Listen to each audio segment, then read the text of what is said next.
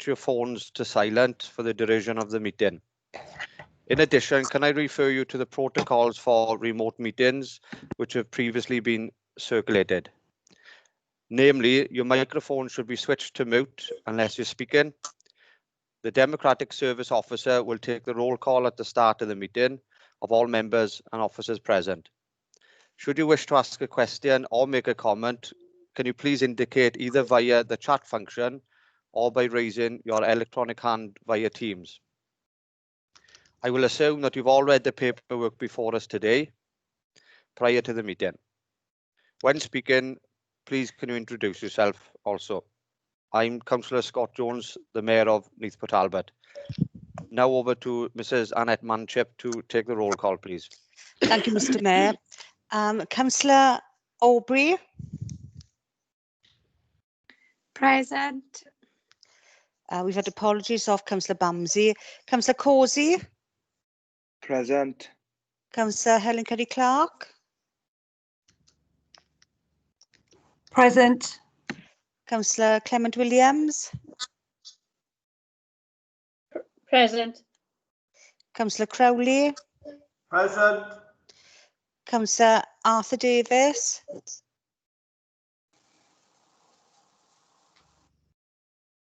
Councillor Arthur Davis. He's raised his hand on it. Right, okay, thank you. It's not working. Present. Thank you. Councillor Nicola Davis. Present.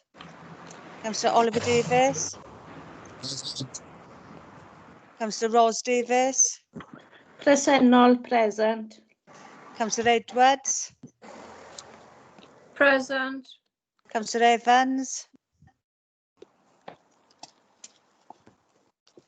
Councillor Jamie Evans. Okay, Councillor Freegard. Present. Councillor Galsworthy.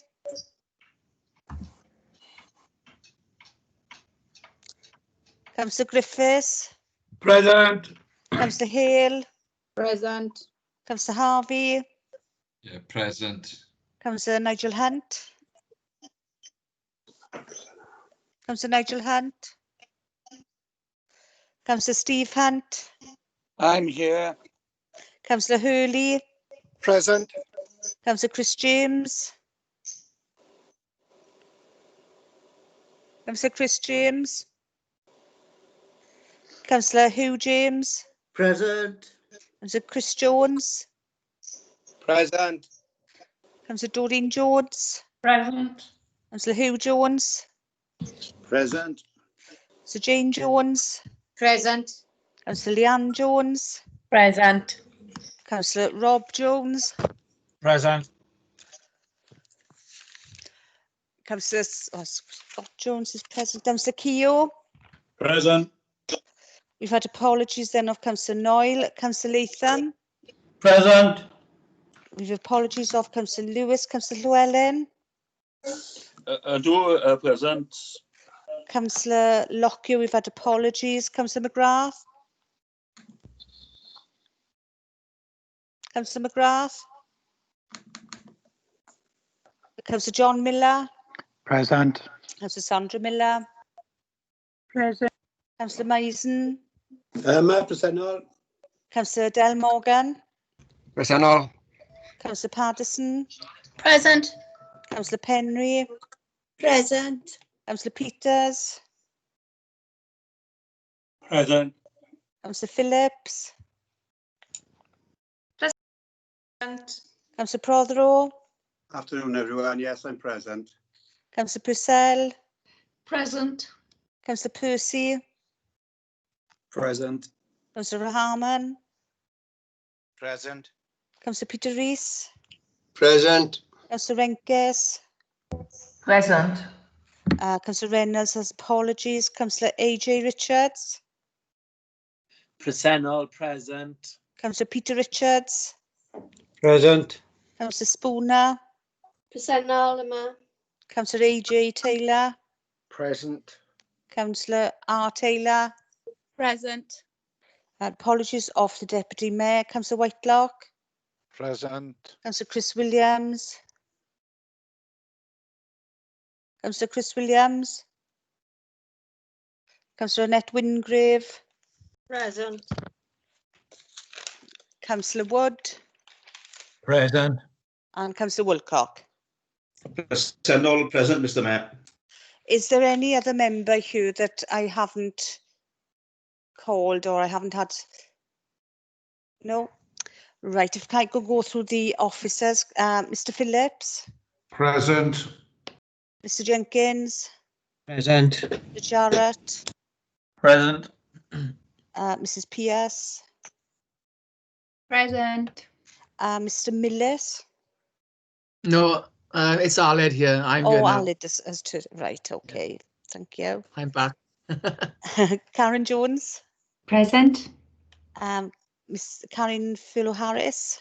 Present. Stacey Curran. Present. Jane Woodman-Ralph. Present. Mike Shaw. Present. Right, is there anyone I haven't called? Yes, No. Annette, it's Rhian. So, oh, sorry, Rhian. That's okay. There we are. Okay, Mr. Mayor. Thank you, Mrs. Manship. Okay, we'll move on to agenda item 1, Mayor's announcement.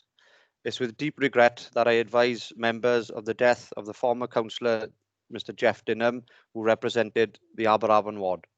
As a mark of respect, can I ask council to please observe a minute's silence?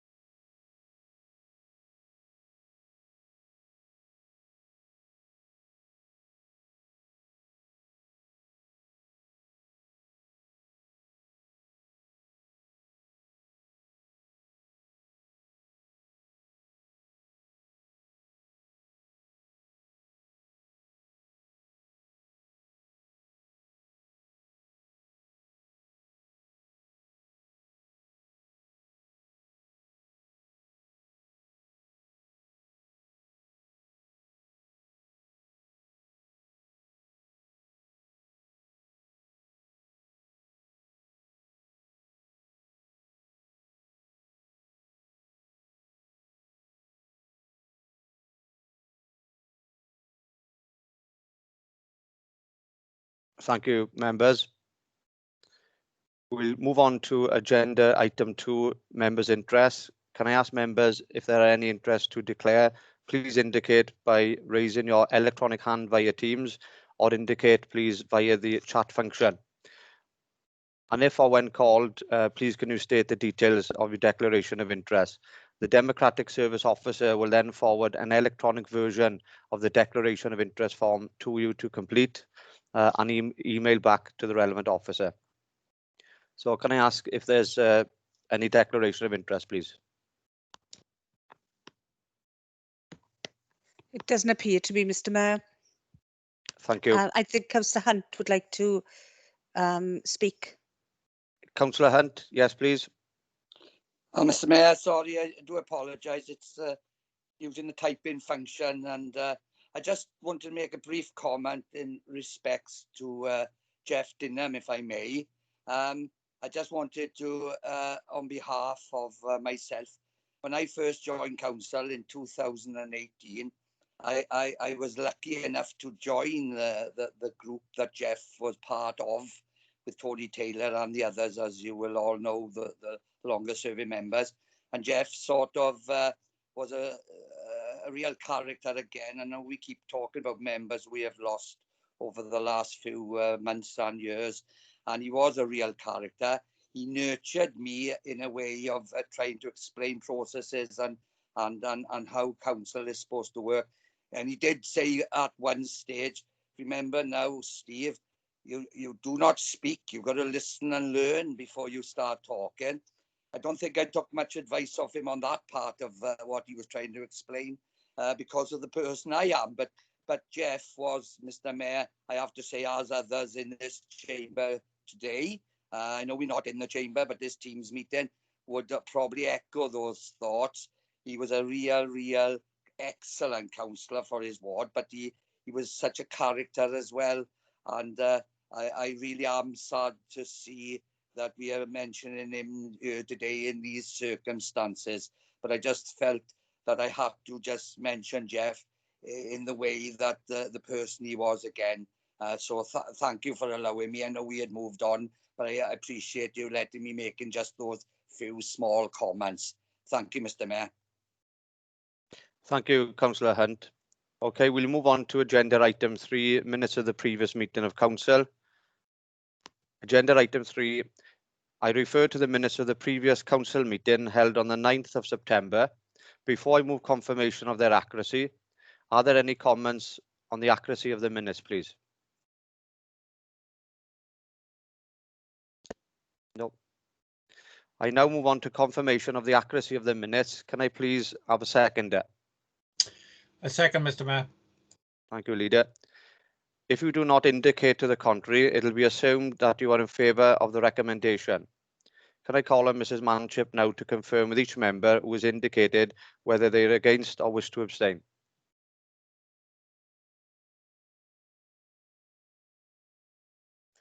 Again, Mr. Mayor, I don't see any member declaring they wish to abstain or vote against, so the motion would be carried, Mr. Mayor. Thank you, Mrs. Manship. We'll now move on to agenda item 4, Strategic Equality Plan 2020 to 2024. This report was commended to Council by Cabinet on the 17th of September. I will call upon Councillor Doreen Jones, the Cabinet member, to introduce the item. Are there any questions or comments? Please raise your electronic hand or indicate via the chat function, and I'll call you in turn. Cabinet member, Councillor Jones, please. Thank you, Mr. Mayor. The Strategic Equality Plan, along with our equality objectives and the actions to meet them, should have been before Council in April, but the outbreak of COVID-19 and the subsequent lockdown prevented that. However, while the lockdown delayed the publication of the Strategic Equality Plan, it gave us an opportunity to reconsider the appropriateness of our equality objectives and the proposed actions in light of the unfolding impact of coronavirus on members of our most vulnerable communities, especially on those from our Black, Asian and minority ethnic communities. The horrific killing of George Floyd, which attracted international condemnation, brought into sharp relief the myriad of unpleasant events in our recent history, which, although acknowledged, have attracted limited response from society. We are no longer constrained. Recent events have shown us to be strong, resourceful, and no longer afraid to grasp the nettle that has long evaded us. These last few months have been a catalyst for change for all of us, doing things differently, from staff working from home in much larger numbers than previously, to holding meetings online, even webcasting meetings, staff working in different service areas, for example, as part of the new Safe and Well service, to provide the same services as we did previously, but in different ways. The leader's comment to Council in July galvanised me as Cabinet Member for Equalities to reflect on what we have already achieved, but more importantly, on what we still need to do to ensure members of all our communities, and particularly those who are disadvantaged through poverty, education, accessibility, and by society itself, can take their rightful place on an equal footing in society. We, as members and officers, are conscious that while we have many things to be proud of in working with members of our local communities, it has become crystal clear in light of these recent events that we have yet to truly understand and appreciate people's experiences of living and working in Neath, Talbot. As no doubt you have heard many times, particularly if you have sat in training sessions with Anna Morgan, we don't know what we don't know, and never has it been so true, but without asking those questions, we will never know. Consequently, we have taken this opportunity to reconsider our equality objectives, taking into account evidence provided to the UK and Welsh Government committees, research findings on the impact of the coronavirus outbreak, the reported concerns of members of Black, Asian and minority ethnic communities in direct response to the Black Lives Matter movement, as well as evidence used in developing the equality objectives. Taking all this into account, we are satisfied that our equality objectives are an accurate reflection of those areas that cause concern, distress and anguish for many. The actions are, however, another matter. As a result, and in light of the leaders' call to initiate a fresh look at how we work with our Black, Asian and minority ethnic communities to achieve equality, equity and social cohesion, we are already in discussions with the BME Community Association to explore people's lived experiences and to translate these into relevant actions to help us meet our equality objectives. It is anticipated that an action plan will be brought forward by the end of the year. Everyone has a responsibility to ensure change occurs, but we as a council must lead the way. And as a service provider, we touch so many lives, and so our services must reflect our commitments and principles by removing any discrimination and ensuring equality is paramount for all of our communities. The Strategic Equality Plan is a banner under which we will prevail, and I commend the Strategic Equality Plan to Council. Thank you, Mr. Mayor. Thank you, Cabinet Member. I've had an indication from Councillor Alan Llewellyn. So, Alan Llewellyn, please. Yeah, diolch, Mr. Mayor, and I siarad yn fel iawn. I'll keep my response very brief, Mr. Mayor. Thank you for allowing me to speak. This item has been scrutinised to ensure that it's well understood, and I'm pleased to support the publication of the plan. I won't add to Councillor Doreen Jones's comments, only to say that a local council can't solve all the huge issues of equality and fairness, but we can play our part, take our responsibility for our own role seriously, and show an example as a local authority. And I am pleased to support the publication of this plan. Diolch. Thank you, Councillor Llewellyn. Councillor Steve Hunt, please. Yes, thank you, Mr. Mayor. As the Cabinet Member Doreen Jones has stated, I also support every single thing she has mentioned. And Councillor Llewellyn has highlighted that we cannot, it's probably an impossible task to resolve or solve a lot that we need to. And I'm sure there'll be a lot more added to the equality agenda as we go forward, because things change, as we mentioned earlier in today's meeting. But I will 100% support this action today. It's such an important document for us to move forward as Neath Talbot Council. So thank you, Mr. Mayor. Thank you, Councillor Hunt. I've received no other indications of any other speakers, so can I now refer members to the recommendation on page 12 of the report? It is recommended that the new Strategic Equality Plan 2020 to 2024, as attached at Appendix 1, be approved. It is recommended that the Cabinet Member for Corporate Services and Equalities be given delegated authority to make such changes as may be needed to the Strategic Equality Plan prior to publication, provide that such changes do not materially alter the content of the document considered by Council. Therefore, can I ask for a proposer, please? I move, Mr. Mayor. And a seconder, please. Second, Mr. Mayor. Thank you. If you do not indicate to the contrary, it will be assumed that you're in favour of the recommendation. Can I call upon Mrs.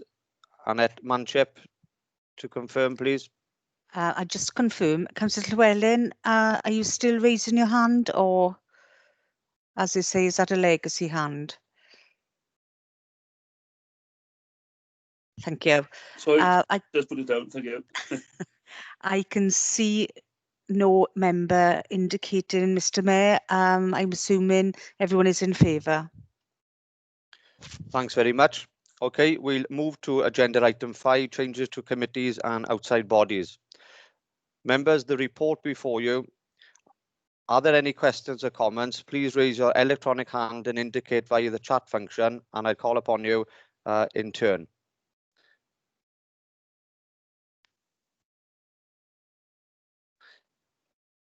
That the following members fill the vacancies on the committees and outside bodies. Cabinet Scrutiny Committee, Councillor D. Keogh. Education, Skills and Culture Scrutiny Committee, Councillor R. Wood. Street Scene and Engineer Scrutiny Committee, Councillor C. Jones. Audit Committee, Councillor R. Taylor. Democratic Services Committee, Councillor A. J. Taylor. Corporate Parenting Panel, Councillor O. Davis. School Standards Partnership Group, Councillor M. Prothero, and Councillor O. Davis as a sub. Welsh Books Council, Councillor R. Meisen. Tata Steel Joint Consultative Group, Councillor R. Meisen. I've received no further indications, so can I therefore ask for a proposer and a seconder, please? I move, Mr. Mayor. Second, Mr. Mayor. Thank you. If you do not indicate to the contrary, it will be assumed that you're in favour of this recommendation. Can I call on Mrs. Manship to confirm, please? Again, Mr. Mayor, I can see no indications. Thanks very much. Okay, we'll move to agenda item 6. Any questions under 9.2? I can Mr. Mayor, confirm. Councillor I Hunt. did write something in the chat. I don't know if anybody's picked it up. Yeah, Councillor Hunt. Yeah, I couldn't see it in the agenda the appropriate time just to mention this, and I think it's quite important. Only heard 20 minutes ago, but my understanding is that Mrs. Annette Manship is retiring Friday of this week. So I wanted to take the opportunity, someone who has worked with Mrs. Manship for a very, very long time, in thanking her for her professionalism, not just as an officer of the council, but for a human nature way. She's had a lot to deal with myself, and I really am pleased to say that she's a friend, colleague, and she's worked closely with me personally. So I just wanted to take the opportunity, because I couldn't, sorry, leader and anybody else, if I've jumped the gun, but I couldn't see anywhere on the agenda where I could just thank Mrs. Manship for her, everything she's done. I'm sure other members feel the same, but I've had a pretty close relationship in a professional way with Mrs. Manship, and I just wanted to take the opportunity, because I might not get it after today, to thank Mr. Mayor. So I can't keep going forever, but I see the leader's impatient there, so I I will leave it there. But Annette, thank you very much for everything you have done on a personal level and on a professional level. Thank you, Mr. Mayor. Mr. Mayor, it comes under urgent items for Councillor Hunt's benefit. Absolutely. Thank Sorry, you, Leader. Leader, I couldn't see it. I couldn't see Mrs. Manship in that. I do apologise. I've had an indication from Councillor Crowley. Can I ask Councillor Crowley, is the question in relation to agenda item 5, please? No, Mr. Mayor, urgent item. Okay, thanks very much. Okay, as I said, agenda item 6, any questions under 9.2? There are none. Agenda item 7, we move on to urgent items. I now call upon Leader of Council, please. Thank you, Mr. Mayor. I thought it very relevant today, considering the news that we are looking at, to give Council an update in relation to our preparedness and readiness with the things that are taking place in Wales and the wider community. You would have all received an email from the Chief Exec recently regarding the state of play as to where we are. And I wanted to put a little bit more meat on the bones so that Council and members are left in have more of an assurance that we are dealing with this situation as it develops as best we can.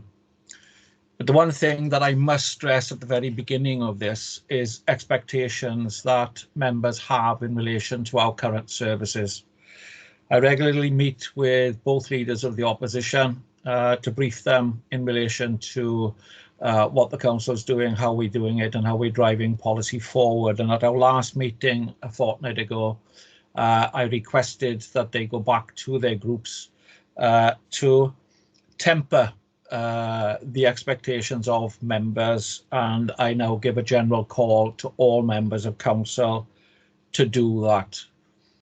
We all have pressing issues within our wards and our wider communities, but this council, with those that were originally furloughed and have now been deployed, and when I say furloughed, you mean, you know, we didn't furlough anyone, but they were redeployed into services.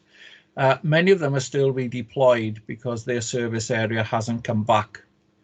And what I'm asking members is to temper their requests in their wards, which in the normal run-of-the-mill and the circumstances would have been dealt with to the best of the ability as our service staff and provision allows.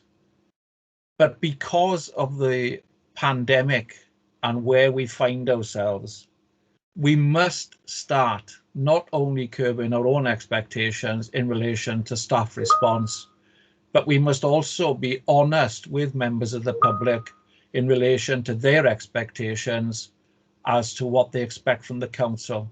These are not normal circumstances, and therefore it is incumbent on all of us to make sure that we don't rise the expectations.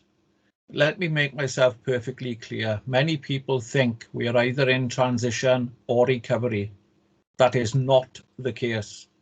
We are still in response mode, and anyone that comes to you with an expectation of normal service will be resumed as soon as possible. You have to give that message that we are still in response mode.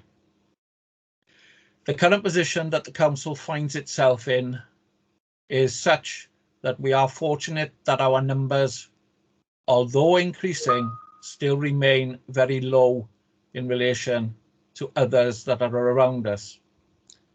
Only yesterday, I was in a meeting with the First Minister that had been called at very short notice, where all leaders and chief execs were present, together with the chief execs of the Health Board, to try and establish a common way forward in relation to localised lockdowns.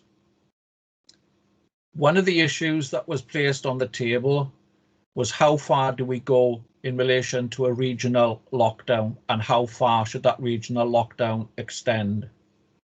Currently, the concentration is particularly in the southeast area, where we have a variety of councils that have gone into local lockdown with more restrictions. But we must remember that there are other councils in that area that are not in lockdown. For example, the Vale, Monmouth, and Cardiff and Torfaen. But the question arises, should the pandemic continue to increase and spread?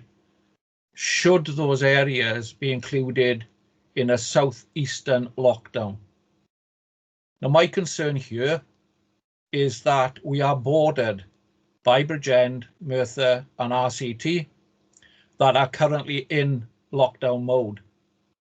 We edge Powys that has low figures like ourselves. Carmarthen is rising and Swansea is rising.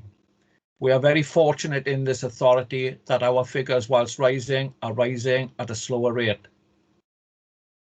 But Carmarthen and Swansea give me cause for concern. Their figures are rising to the point that Swansea are already on the watch list with Welsh Government, and Carmarthenshire are not far from it, and are even considering a localised lockdown in the Llanelli area. Should Swansea go into lockdown, we would become isolated, surrounded by 6 authorities that have the potential to also be in lockdown. And that would mean we would be isolated, literally with our backs to the sea, fighting an invisible enemy that none of us can fight. I've therefore made a suggestion that I feel it prudent that even though the science may not drive because we've got no figures to indicate that we have a serious rise in cases, it would be foolish to anticipate that we remain isolated while all around us are in lockdown. The last thing I would want is for people to migrate into this council because we would not be under the restrictions that they would be under. I accept that people from outside the area need to come into the county borough to work and for legitimate, reasonable excuses. But when I hear stories of people going to Asda in Pyle, an area that's in lockdown, just to undertake their shopping, the reality is they could be coming back into this county borough and spreading the virus. I will assure you that this authority and its senior management team are well in advance of the plans that we need should we go into this scenario. And I can assure you that this time, with a second wave imminent, we are well prepared to be able to deal with this.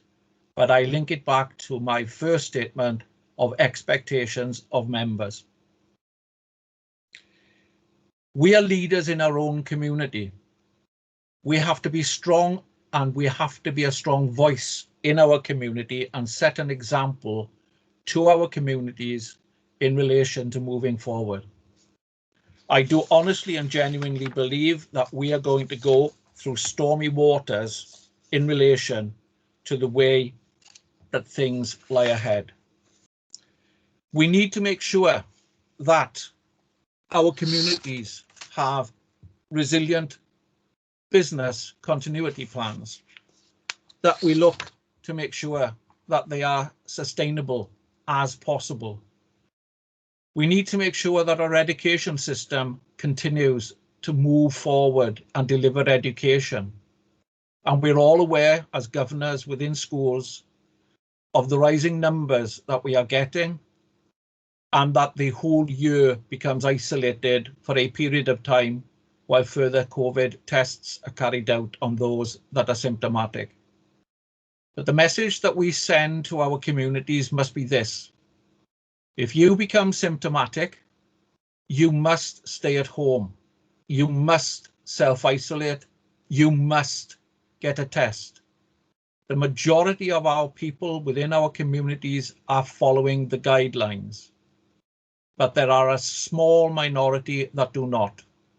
And we must emphasize to our communities the need to ensure that we try to contain the virus as best we can to avoid further restrictions, far more than we've experienced before. And this is incumbent on us all. I'm happy to take questions, Mr. Mayor, if people wish to, but I will finish on a happy note. And that is to say, and Councillor Hunt did steal a little bit of my thunder, so I'll speak to him outside the meeting and give him 100 lines for that.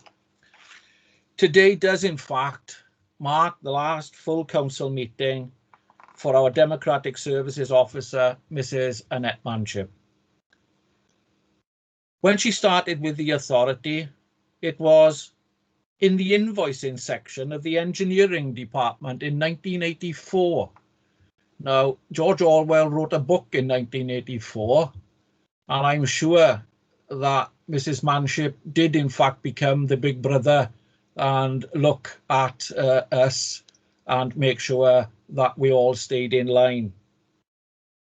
Annette has dedicated more than 36 years service to this council, although I will say when she talks about grandchildren, she doesn't look old enough to have had 36 years service.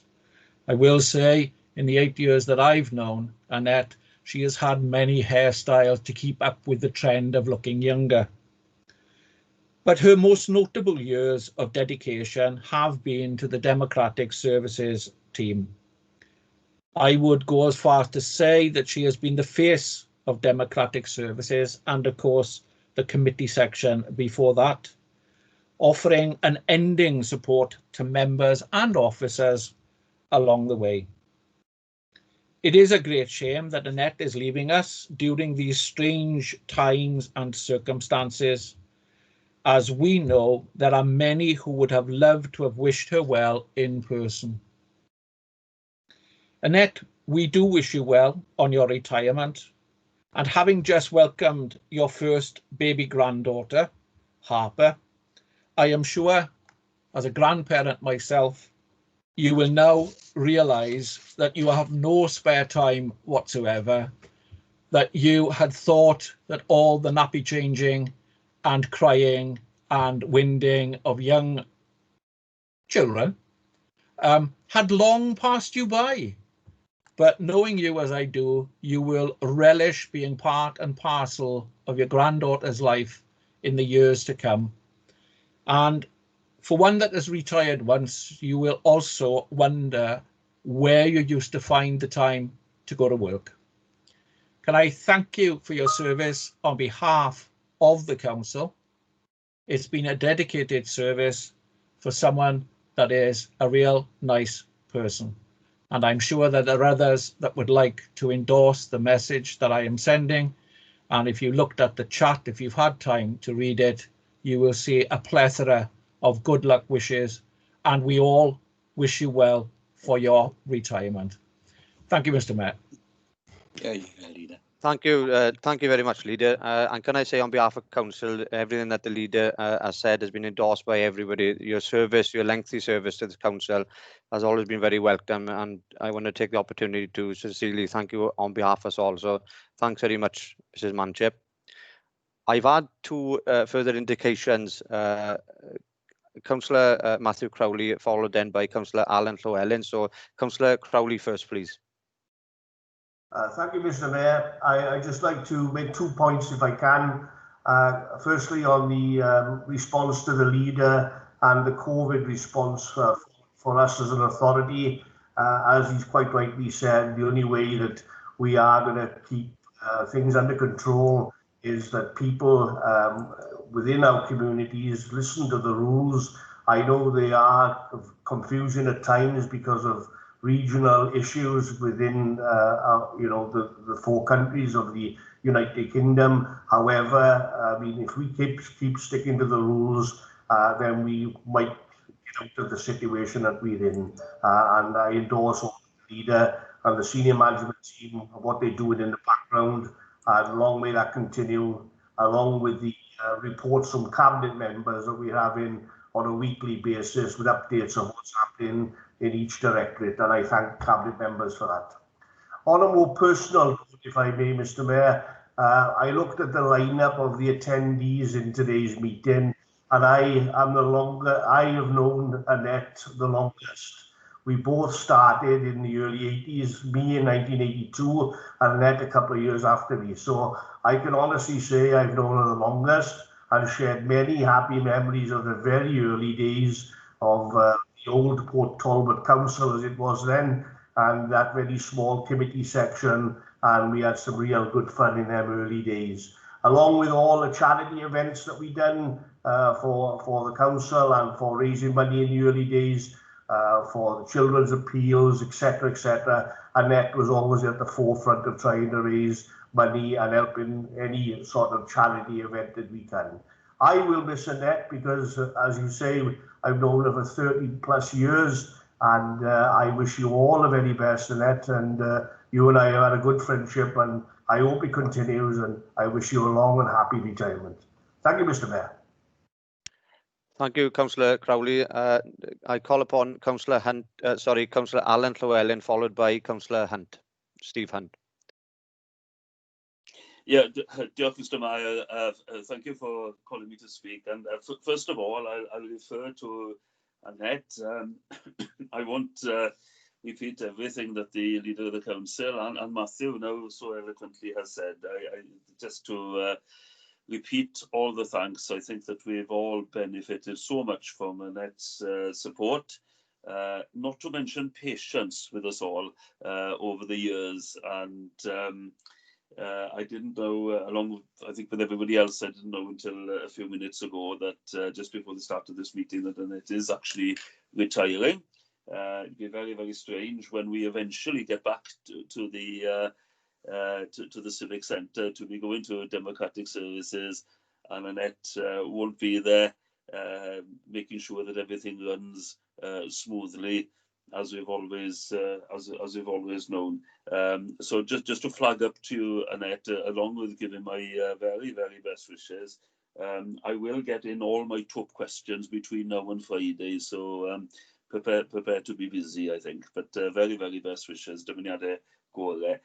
Can I just go back briefly to the first part of the Council Leader's statement on the coronavirus and COVID-19 situation?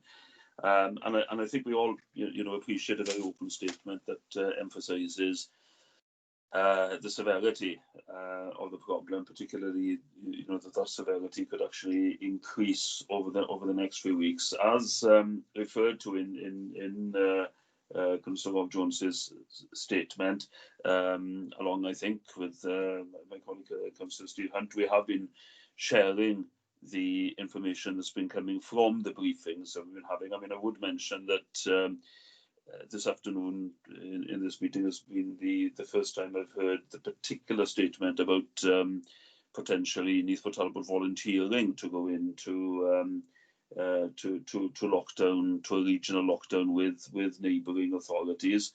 I think that this is something that is obviously important to discuss, and that obviously we would all cooperate as appropriate if that was the way forward, that was safest and most appropriate for our communities.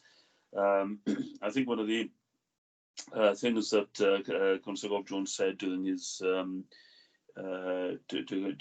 comments was that within Carmarthenshire that a local lockdown, specifically in Llanelli, was being considered. Now that's news, but on the other hand, it's something I think that all of us as local authorities need to consider, and certainly if the test and tracking process in Wales and across the UK was better, then I think the data would allow us to make far more considered decisions about the way in which some local lockdowns can be applied. Some of our local authority areas have got very, very wide geographical areas and huge variances within those areas about the prevalence of coronavirus incidents. And I think that it's been, mainly I've been very, very supportive of the Welsh Government's approach to this crisis along the months, and I've said so publicly. I think in terms of linking our testing capacity in Wales to the largely privatised UK system, Circo and so on, it's not the NHS test and trace, it's Circo test and trace, I think has badly let down all parts of the country. Within Wales, we have to a large extent retained, in comparison with England, a much better capacity in the public sector for public health in general, and the potential of having public test and trace measures, linked to our existing public health systems. And I think, therefore, that the point that was made by the Chief Executive in his letter to us, or his email to us all this morning, I think is well made, that we are making the use of the expertise and the experience of local authority staff by increasing their involvement in test and trace. So, this is the key. The World Health Authority said, as far back as February or March this year, test. And the UK has been behind the curve on that, to the detriment of all areas. So, I think, yes, we will discuss and we'll cooperate with all appropriate measures, but I think that getting the test and trace capacity right is absolutely essential, not just for us here in Neath Talbot, but across the whole of Wales. We understand, obviously, that this will call for the redeployment of staff to either continue or to be reintroduced.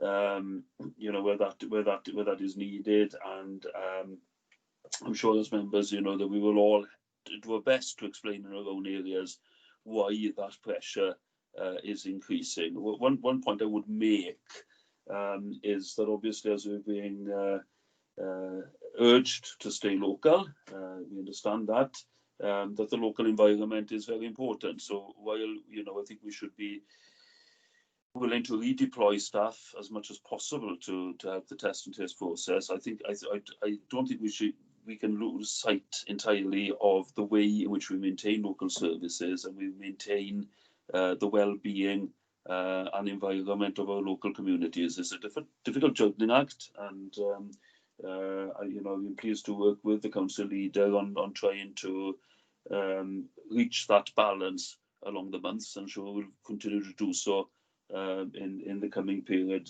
as well. Yes, we'll you know, come back to that, I'm sure, in many future discussions. Thank you, Councillor Llewellyn. Leader, I've seen that you've been making some notes. I don't know whether you want to come back to respond to Councillor Llewellyn's comments. Unless any others have got comments, I'm quite happy to take them all in one go, Mr. Mayor. So I don't know if Councillor Hunt wants to come in on that. And I think perhaps Annette may want to come back with some comments in relation to what's been said on her behalf to save her blushes. So I'm more than happy to take it all in one go. Great, thank you. Councillor Steve Hunt, please. Yeah, thank you, Mr. Mayor. That's the difficulty of following Councillor Llewellyn. He's probably asked a lot of what I was going to ask the leader in response to his statement. I certainly support the leader's statement completely, and the Chief Exec's letter. And I think we as councillors have a duty and a responsibility to help Neath Talbot Council as a whole in getting the message across. So I'm not going to repeat Councillor Llewellyn's comments because he did them exceptionally well. And I'm not going to go back to Annette because Annette knows how I feel about her and what I think of her service. So I'm not going to go there. I think, Leader, it is critical, as you know, in our discussions with regards to the test and trace. We do know that it's failed pretty much, and it needs to be a lot better. I just wondered, with your conversations with the First Minister and the Welsh Government, I know sometimes when you mention the Westminster Government, it doesn't go down too well, especially in our meetings. But I think it's come a time that the work has to be right across the country, learning from each other. But as Alan said quite correctly, this test and trace is pretty much a shambles. It's getting better, I believe, but that is probably one of the key factors of how we come out of this situation. And the biggest key factor, as a Chief Exec has always said, people. I think Alan touched on that as well. But without the people's cooperation in everything that we do, then we probably will still struggle irrespective of how well the test and trace works. So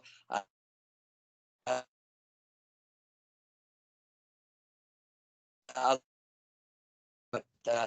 welcome your response on our comments. Thank you, Mr. Mayor. Thank you. Thank you, Councillor Hunt. Councillor Purcell, please. Thank you. I just wanted to support what the leader said about unreasonable expectations from residents. I know that my fellow ward member, Councillor Richards, sent an extremely tactful email to somebody who had most unrealistic expectations about what we could do at this current moment in time. But I also wanted to take this opportunity to thank council officers who are responding immediately to concerns where COVID-19 precautions are not being observed. I had an immediate response from Neil Chapel in licensing, for example. So I think the message to us all is we've got to look at every request that comes into us as councillors and use our own common sense to work out that I won't go into details about this particular request, but it's something that we can look at way down the line when normality ever returns. But having reports that face masks are not being worn in licensed premises, and it was a shop in fact, and Neil Chappell reacted immediately, we've just got to get our priorities right. Otherwise, absolutely, totally support. And Annette, you were a fantastic friend to me when I needed one during very difficult times. So echoing everybody's positive comments. Thank you and have a good retirement. Thanks for that. Thank you, Councillor Purcell. Mrs. Manship, I'm sorry you've been waiting for so long to try and get in. Now's your opportunity. So, Mrs. Manship, please. Oh, thank you, Mr. Mayor. I would like to say, unaccustomed as I am to public speaking, but you all know that's not true. It's been a privilege and an honour to work with you all, both members and officers in Neath, Talbot and predecessing authorities. And I'd just like to wish you all very well and thank you very much for your kind comments. It's very short and sweet, Mr. Mayor. Thank you. Oh, thanks very much, Mrs. Manship. And last but not least, Leader of Council, please. Thank you, Mr. Mayor. I'll pick up the comments in no particular order, but I'm going to make it very clear I wasn't volunteering Neath Talbot Council into a lockdown.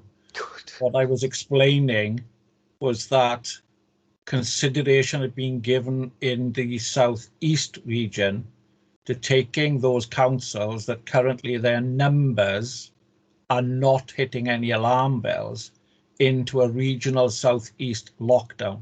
If that is extended, then that could put us in the same situation that they are currently in, where we would be surrounded by councils that have lockdowns, but we would be standing in isolation. And we may be left with no alternative that if the Welsh Government decides that it is too dangerous for our communities to stand outside of that lockdown bubble because of the transmission rates outside and because of the travel that people would need to do to get through our county or work in our county, then they would consider that we would go into a lockdown, even though that the science may not allow it for us to have that level of concern.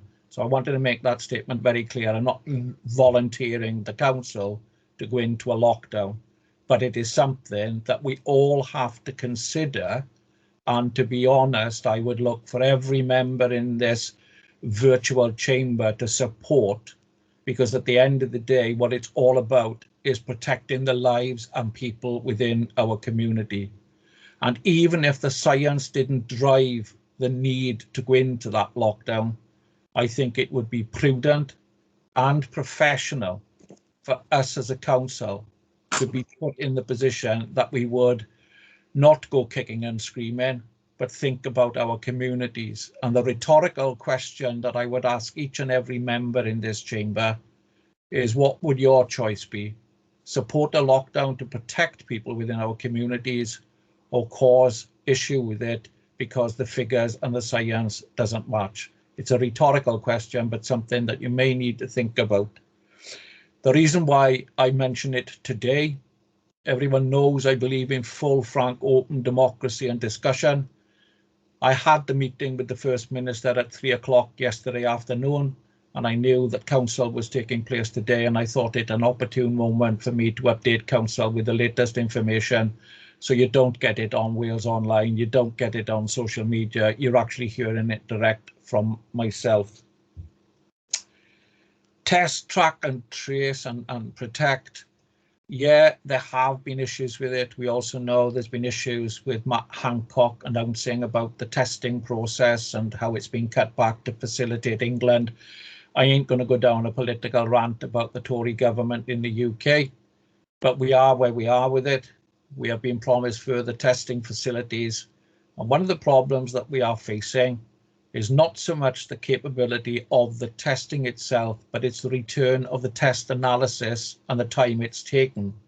And then that causes problems with our track and protect system, because as you're all aware, if we can get these tests back within 24 hours, probably the average contact will be around 5 people. If it takes any longer than that, more contact is made by more people, and exponentially, those that are working under the TTP process then have to track and trace more people. So integral to our scheme is increasing the testing and increasing the rate at which the tests come back. When I talk about prioritizing it, what I'm talking about here is if we have serious flooding, where there is a risk to homes, to properties, they will still get the priority attention that we need in this council. But what is not a priority is hedge cutting, tree inspections, grass cutting, cycle paths. They are not priorities, and they, I'm afraid, will have to suffer so that we can continue to provide essential services to our communities that do make a difference to the individual lives of our constituents.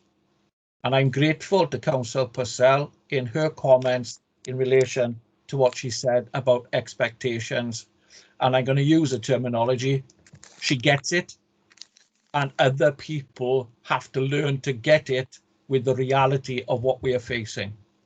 So I hope I've covered the questions that were raised, Mr. Mayor, and if I haven't, I'm more than happy to try and have another go if members wish to raise anything further. Thank you, Leader. I've received no further indications. So members, that concludes the business for this afternoon, other than for me to take the opportunity to thank you all for attending. Thanks very much and stay safe. Diolch yn fawr iawn. Thank you, Mr. Mayor. Thank you, Mr. Mayor. Thank you, Mr. Mayor. Thank you, Mr. Mayor. Diolch yn fawr iawn. Thank you, Mr. Mayor.